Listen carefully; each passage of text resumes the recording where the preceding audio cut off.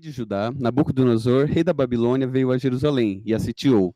E o Senhor entregou Jeoaquim, rei de Judá, nas suas mãos, e também alguns dos utensílios do templo de Deus. Ele levou os utensílios para o templo do seu Deus na terra de Sinear, e os colocou na casa do tesouro do seu Deus. Então o rei ordenou que Aspenaz, o chefe dos oficiais da sua corte, trouxesse alguns dos israelitas da família real e da nobreza, jovens sem defeito físico, de boa aparência, cultos, inteligentes, que dominassem os vários campos do conhecimento e fossem capacitados para servir no palácio do rei. Ele devia ensinar-lhes a língua e a literatura dos babilônios. O rei designou-lhes uma porção diária de comida e de vinho da própria mesa do rei. Eles receberiam um treinamento durante 3 anos, e depois disso passariam a servir o rei. Entre esses estavam alguns que vieram de Judá: Daniel, Ananias, Misael e Azarias. O chefe dos oficiais deu-lhes novos nomes. A Daniel deu o nome de Beltesazar, a Ananias, Sadraque, a Misael, Mesaque e a Azarias, Abdenego. Daniel, contudo, decidiu não se tornar impuro com a comida e com o vinho do rei, e pediu ao chefe dos oficiais permissão para se abster deles. E Deus fez com que o homem fosse bondoso para com Daniel e tivesse simpatia por ele.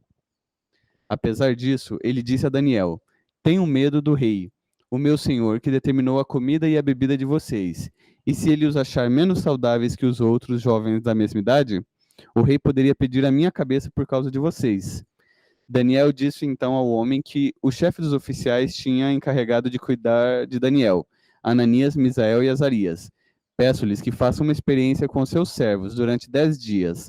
Não nos dê nada além de vegetais para comer e água para beber.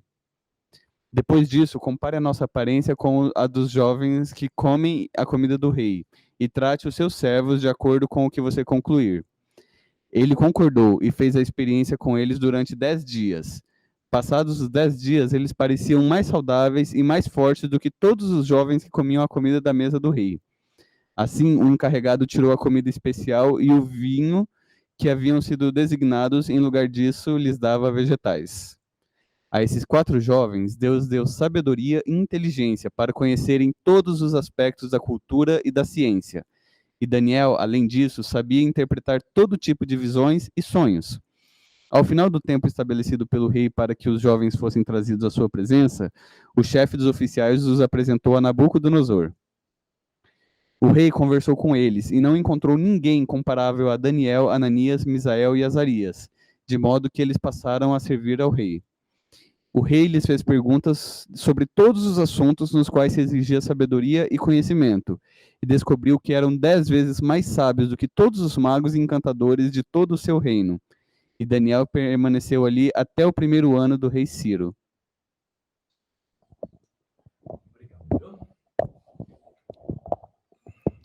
Então eu quero chamar aqui à frente o Lucas.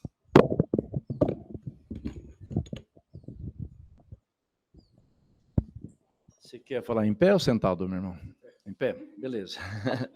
Então, vamos orar a Deus mais uma vez, né? Papai, a gente quer te agradecer muito pela presença desse nosso irmão tão querido, que bondosamente vai nos compartilhar a palavra, que o teu Espírito esteja mesmo repousando sobre a sua mente, sobre o seu coração, ungindo os seus lábios, facilitando a comunicação, e que a tua palavra seja como uma palavra viva que se derrame sobre os nossos corações nesta manhã. Em nome de Jesus nós oramos. Amém. Obrigado. Tá joia. Obrigado. Bom dia. Oi? É a luz, né? Tá. Eu fiquei animado com o tema selva, né? Os bichos. Então, o público ao qual eu estou me dirigindo hoje são os universitários que estão entrando na Unicamp.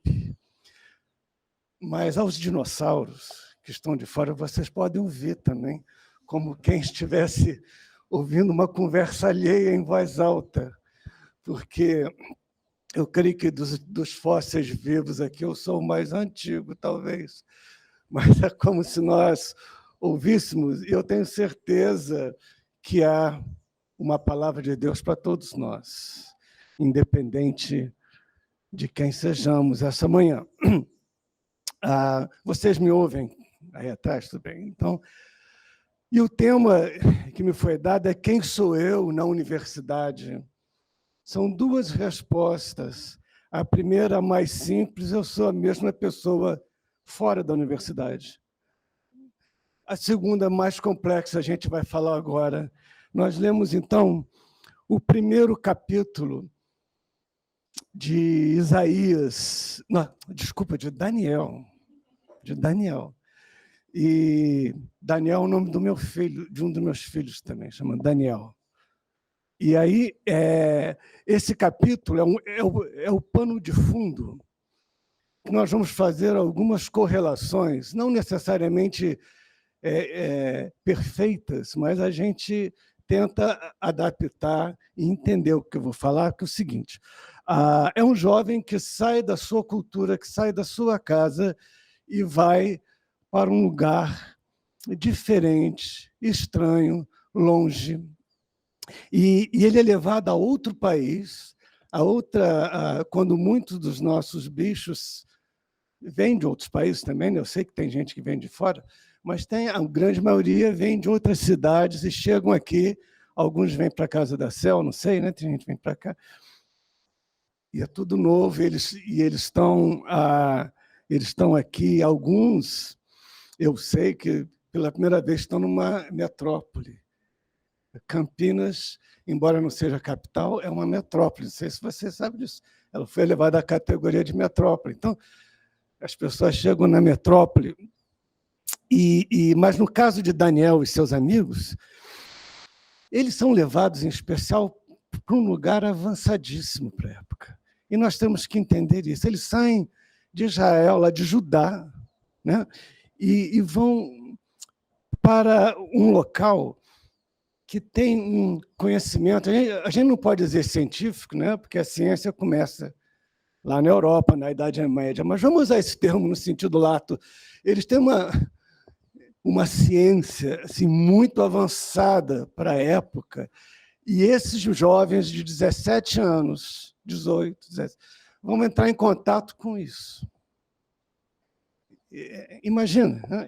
Eles vão chegar lá levados à força, mas a gente tem que se lembrar que o cativeiro babilônico, diferente da escravatura do século XVI, que foi uma escravatura que durou 300 anos, persistente, maligna e opressora, que nós vemos as consequências até hoje no Brasil, que, por sinal, foi o último país a abolir a escravatura, mas era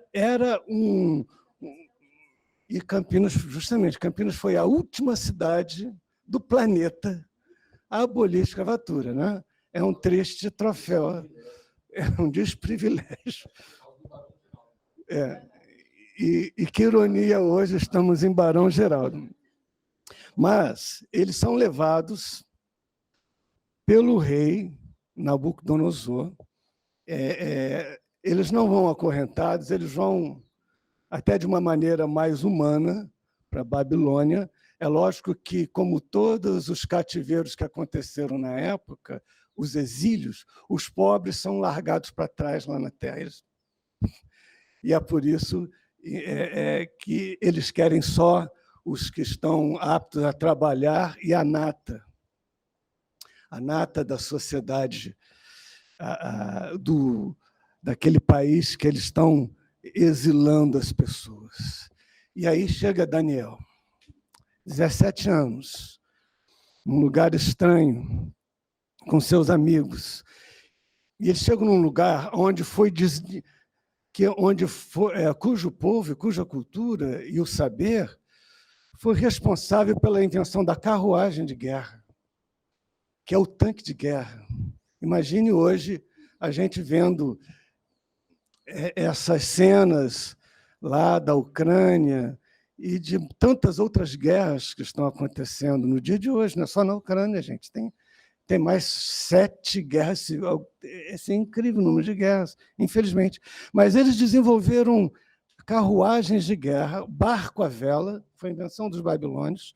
Os primeiros mapas foi invenção dos babilônios. A literatura avançada foi o épico de Enuma Elis.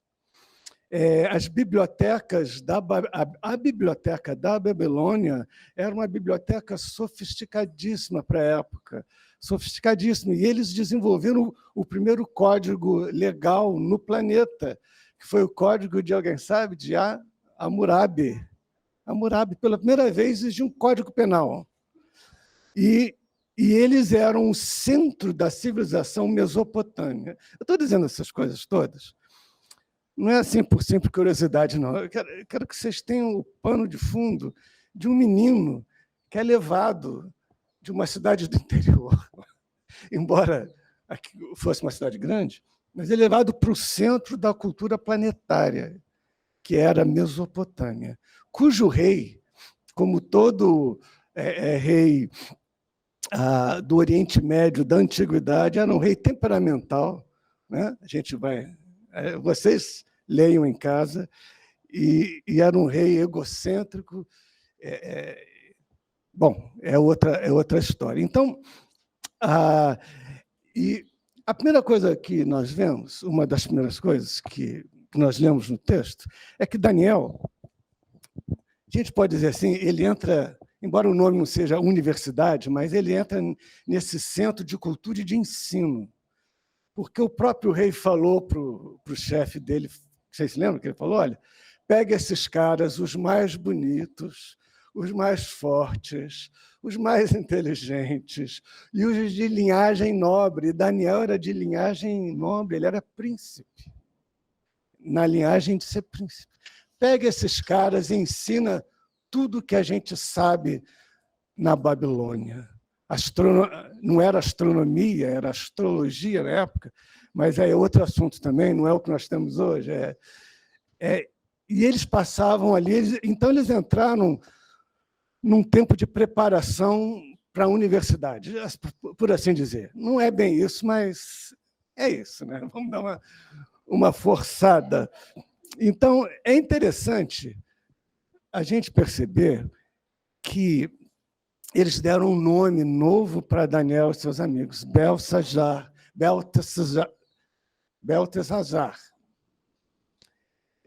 O nome babilônico de Daniel. Por quê? Se você quiser romper qualquer ligação cultural de uma pessoa, se você quiser romper qualquer ligação com a sua família, ligações afetivas, as suas raízes, você tira o nome dele. Isso foi feito com a escravatura, com os povos escravizados no Brasil, em que os povos escravizados africanos recebiam nomes de batismo, entre aspas, né? Cristãos, entre aspas. Né? Então, eles tinham nomes diferentes, então eles perdiam a sua identidade. E foi assim também nos campos de concentração nazista. As pessoas perdiam seus nomes. E eles recebiam o quê? Alguém sabe? Números tatuados. Por que isso? Porque você desumaniza a pessoa. Não tem mais um nome. Mas Daniel recebeu um nome. Então, ele chega e existem esses paralelos todos, né, em que o rei da Babilônia, o seu projeto de exílio, ele olhava para aquele grupo e falava: vocês não voltam nunca mais. Vocês vão ser babilônios. E vocês vieram para ficar. Vocês vieram para fazer parte desse reino e a minha cultura vai abraçar vocês e vocês, dentro em breve, essa era a aposta dele, vão esquecer do seu Deus.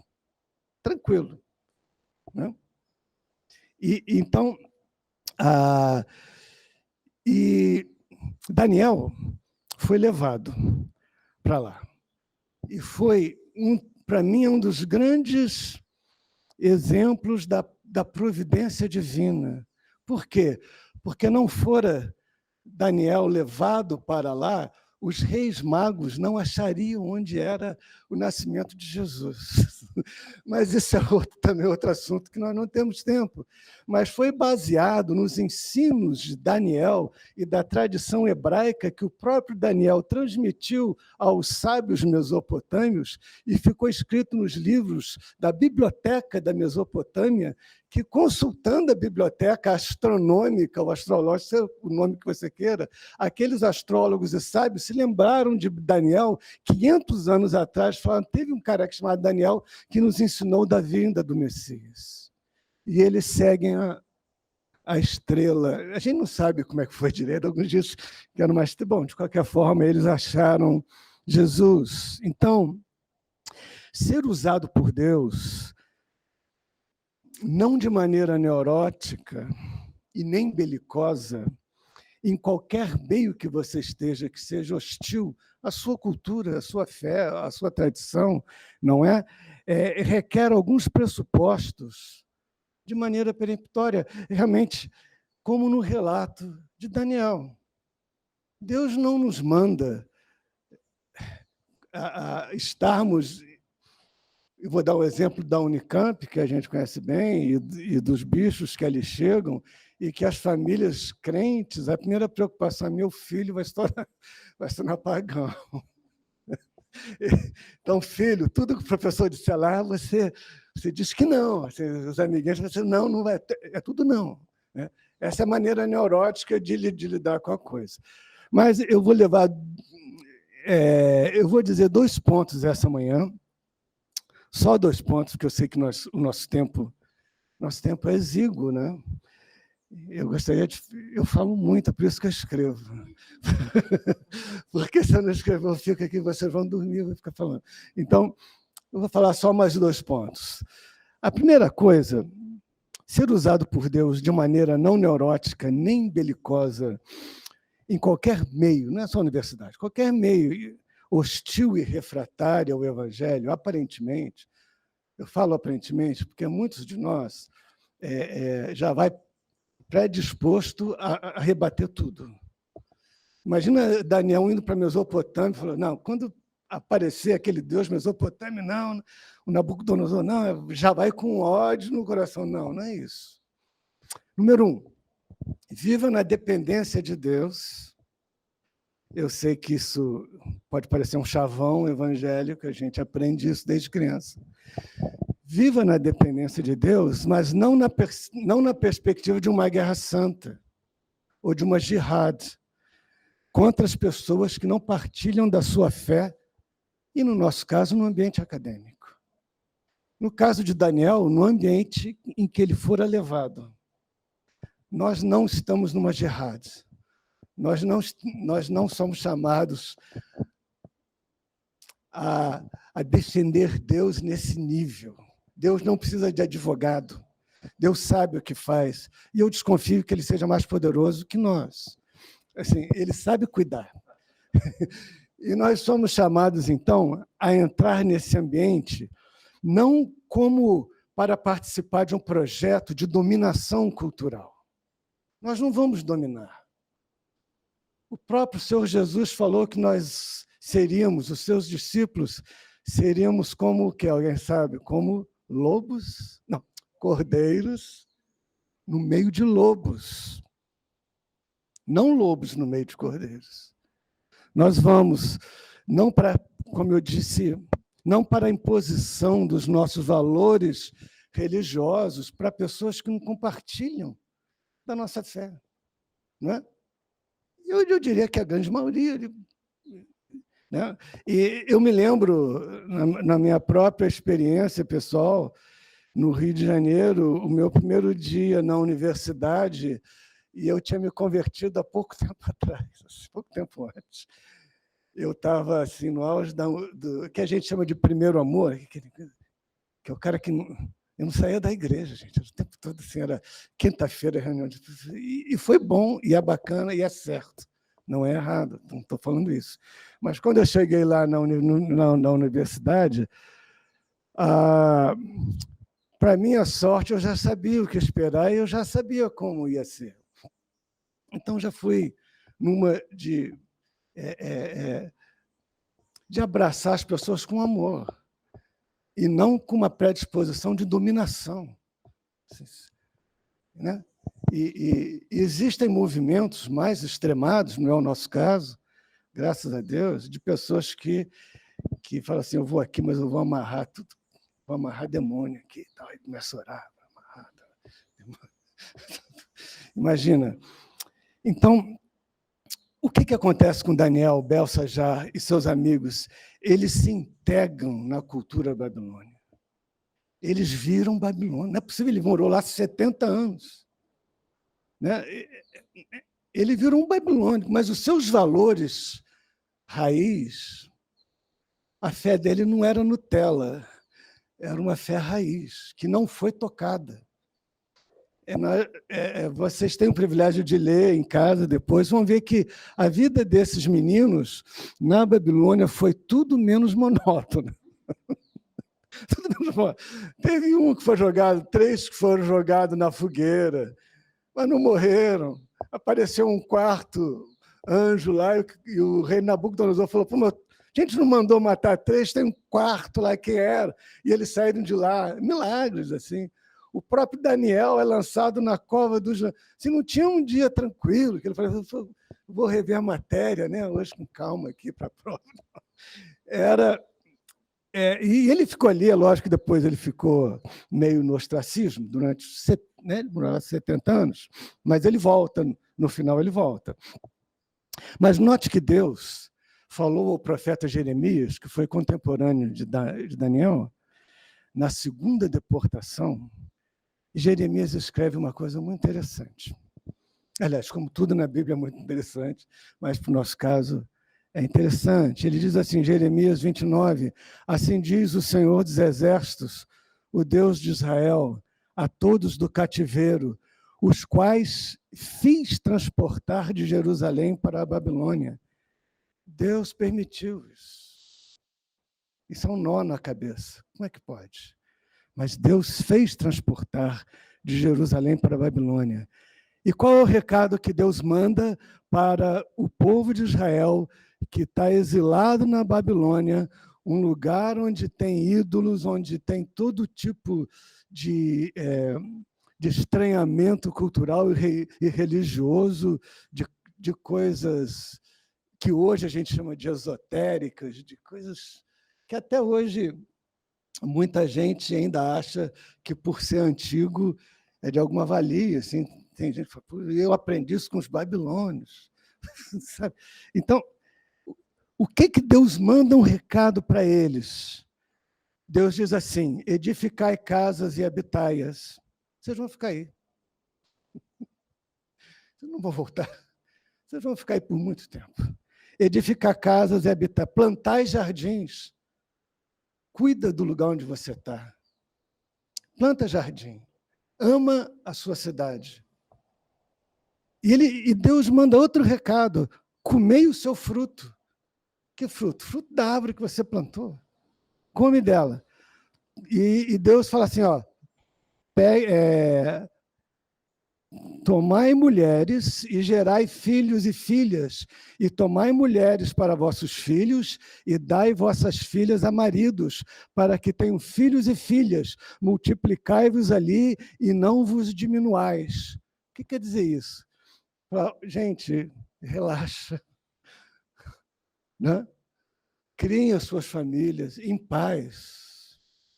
E por fim, Jeremias encerra o recado direto de Deus, porque ele era um profeta, ele recebia recados direto de Deus. E ele diz uma coisa que é crucial. Procurai a paz da cidade para onde vos fiz transportar em cativeiro, e orai por ela ao Senhor, porque na sua paz, na paz da cidade babilônica, vós tereis paz. Deus não fala, vai lá e luta contra esses ímpios, pecadores, contra essa turma sei lá, você dá o nome que você quiser, contra essa turma que está tentando perverter aí você, a sua fé, a sua cultura. Não, nada de... Olha, orem por eles, procurem a paz do lugar onde vocês estão. A paz. E é tudo que Deus quer, viva em paz, na medida do possível. Você não está... Embora a Bíblia nos fale, eu tenho que fazer um parênteses antes que alguém me chame de herege. A Bíblia fala que a nossa luta não é contra carne nem sangue, mas contra os principados e potestades. Todo mundo sabe. E a Bíblia também fala que o mundo, e quando fala mundo, jaz no maligno, a palavra de mundo, que é usado no grego, se eu não me engano, acho que já estou me esquecendo na época de seminário, mas a palavra mundo ali é sistema, é ideologia. Não é o planeta. Assim, embora a gente veja e perceba pela destruição do meio ambiente, que realmente jaz no maligno. Mas a mensagem de Deus para nós, para os bichos e dinossauros, de igual forma, é que, olha, ora pela paz de onde você está. Né? Porque na prosperidade do teu grupo haverá prosperidade para você também. Bom, indo já para o final, eu tenho que fazer vários parênteses para não ser mal entendido, né? Porque a gente tem pouco tempo. Então, muitas famílias, como eu falei, eu me lembro que eu fui para o seminário nos Estados Unidos, assim, lá no final dos anos 90, meio dos anos 90 para cá.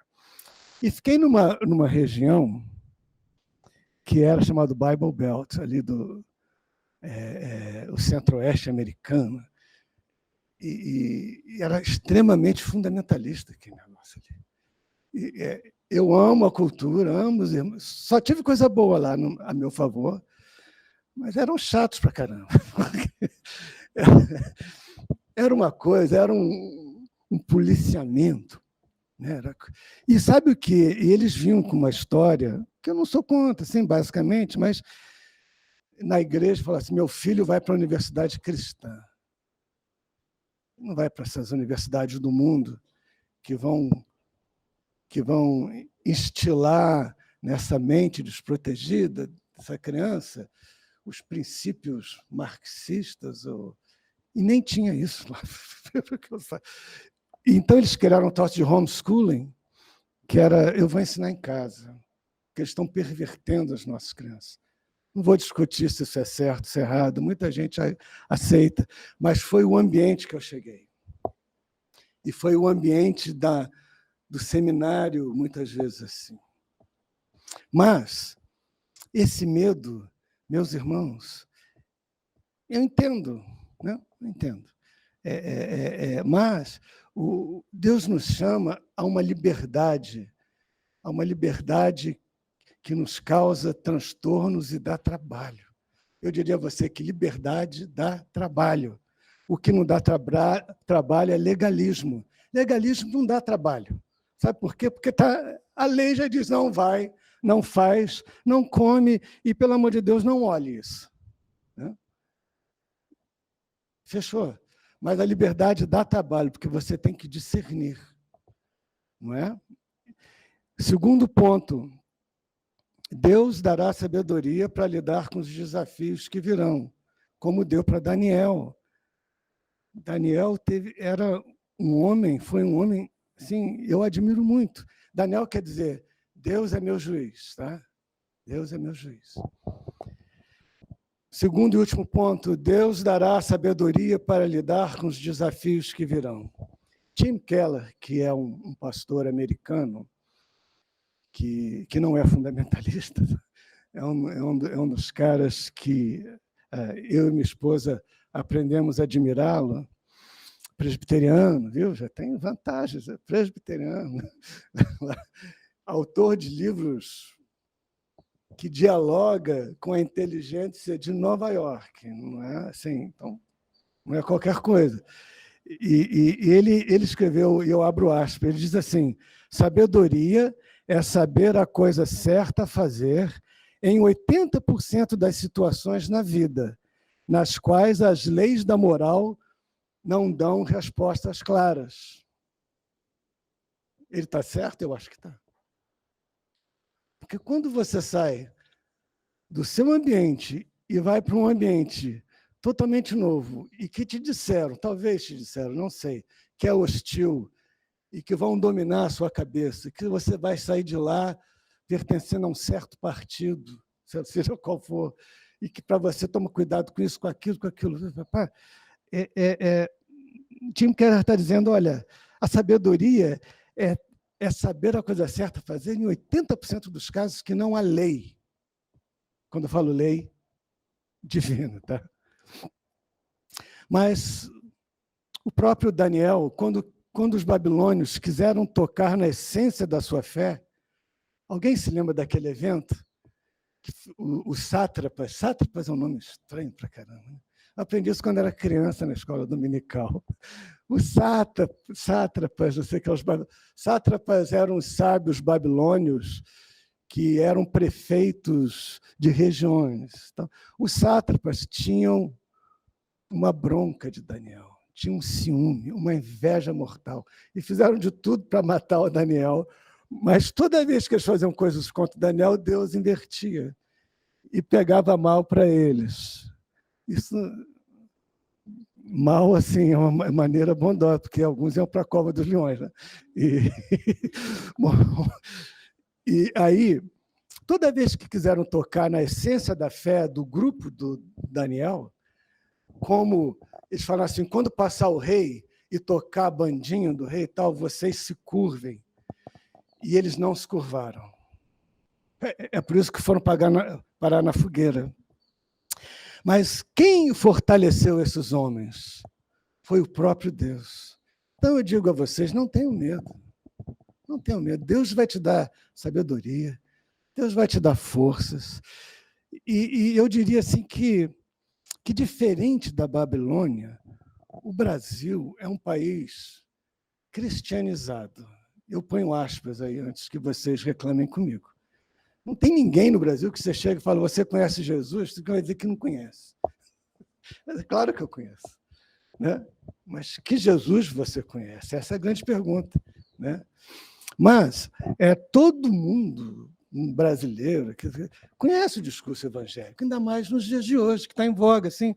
Então, muitos para o bem, outros para o mal, mas, de qualquer forma, eles já entraram em contato com a narrativa do evangelho. Então, Nabucodonosor disse a eles assim, é verdade, Sadraque, Mesaque, Abdenego, que vocês não prestam culto aos meus deuses, nem adoram a imagem de ouro que eu mandei erguer. Ele estava com raiva. É verdade isso? Vocês não adoram os meus deuses? Eles falaram, não, a gente adora ao Deus verdadeiro. Essa foi a resposta. E eles foram parar na fogueira. Então, é provável que vocês parem na fogueira também. Não literalmente, mas em alguma fogueira psicológica. Mas Deus vai dar força. E o que fazer quando aquilo que é inegociável na sua fé é posto à prova?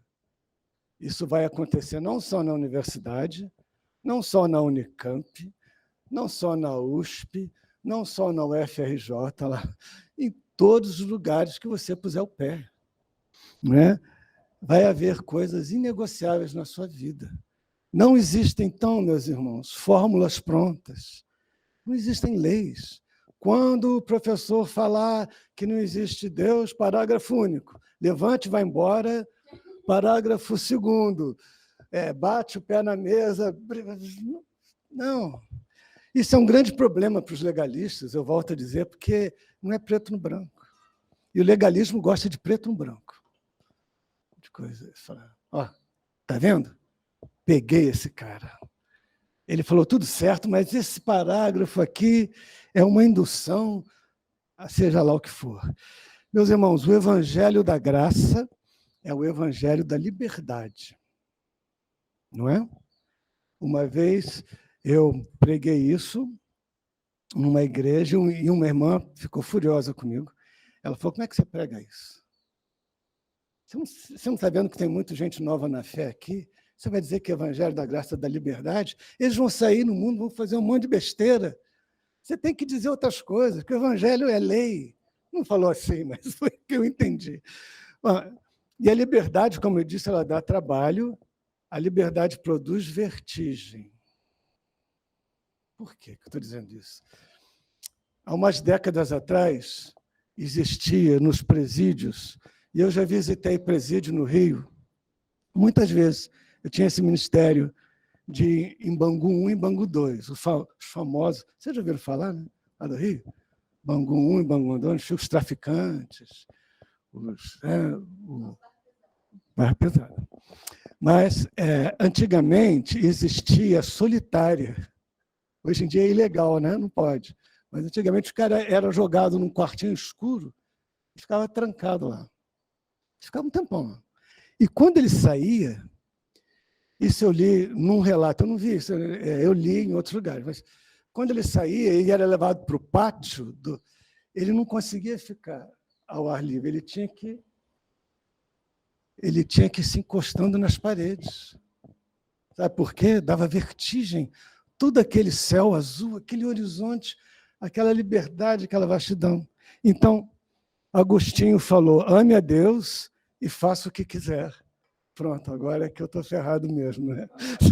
Se eu já estava ferrado, agora estou mais ainda. Santo Agostinho, que é o patrono dos reformadores, a sua teologia, ele disse, ame a Deus e faça o que você quiser. Porque o pressuposto já foi dado, o seu amor por Deus. Se você ama a Deus, o que você fizer vai ser resultado desse amor. E Tiago 5 fala, se alguém de vós tem falta de sabedoria, peça a quem? A Deus. Você precisa de sabedoria? Eu preciso, muito. Peça a Deus que a todos dá, se eles seguirem as leis direitinho, né? É isso que diz a Bíblia? Deus vai te dar... Não. Dá liberalmente e não lança em rosto, e ser-lhe dada. Então, respondendo à pergunta, quem sou eu na universidade? Eu sou a mesma pessoa fora da universidade, que ama o próximo e é capaz de se doar por causa dele, assim como fez Jesus. Amém? Então, que Deus abençoe vocês.